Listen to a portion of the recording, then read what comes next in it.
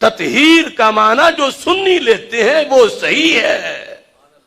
اب سنی معنی لیتے ہیں، اس سے پھر اب فرق کیا نکلے گا؟ کہتے ہیں کہ آیت تطہیر کا مطلب ہرگز یہ نہیں، ہرگز یہ نہیں کہ یہ پاک گروہ معصوم ہے، سرکار کے علاوہ جو 4 تن ہیں 5 تن میں، کہ یہ پاک گروہ معصوم ہے. پیر میرے علی شاہ فرما رہے ہیں آیت تطہیر کا ہرگز یہ مطلب نہیں. تطہیر ہے مگر یہ معصوم نہیں. کیوں؟ معصوم صرف رب کے نبی ہیں انسانوں میں. تطہیر کا جو معنی رب نے دیا وہ بھی بڑی شان ہے، لیکن تطہیر کا یہ مقصد نہیں کہ انہیں نبیوں کے ساتھ ملایا جائے. نبی معصوم ہیں انسانوں میں.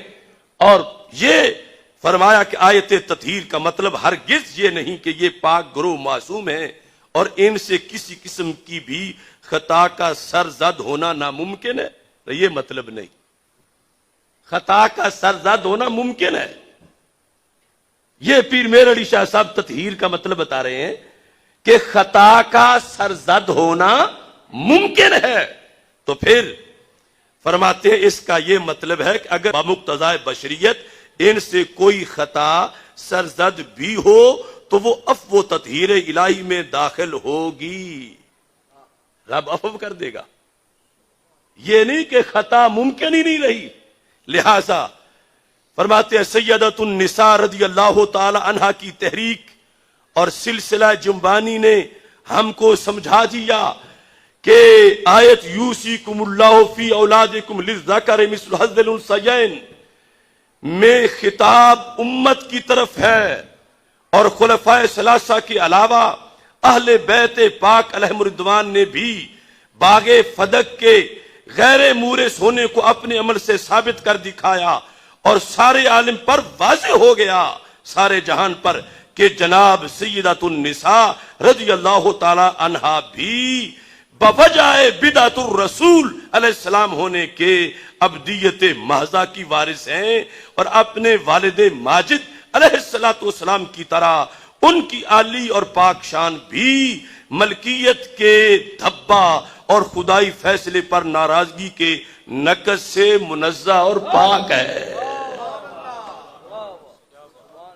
یعنی یہ فرمایا کہ مسئلہ باغ فدق میں یہ روافض تم دلیل نہ بناؤ کہ معصوم تھی تو مانگنا ہی حق کی دلیل ہے. نہیں، خطا کا امکان تھا اور خطا پر تھیں، جب مانگ رہی تھیں خطا پر تھیں، لیکن جب آگے سے حدیث آئی تو ان کی یہ شان ہے کہ جن کے جگر کا ٹکڑا ہے ان کی حدیث سن کے سر تسلیم خم کر لیا.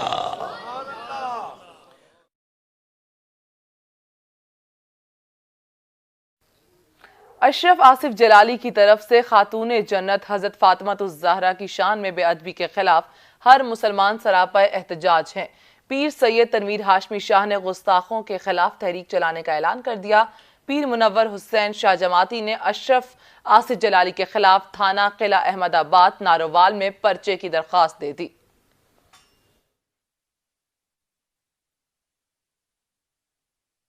خطا تے کہن لگیا تہاڈی زبان وچ لکنت نہیں آئی، تہاڈے دل دی دھڑکن بے ربط نہیں ہوئی. کس ہستی نو تسی خطا تے کہہ رہے ہو؟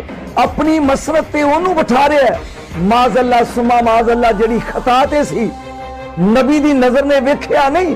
اگر زہرا ہی خطا تے آ تے پھر صراط مستقیم کتھوں ملے گا؟ اگر انہاں نو اے دسیا جائے کہ زہرا خود ہی خطا تے سی، نعوذ باللہ من ذالک، پھر بچیاں کدی سیرت اپنان گیاں؟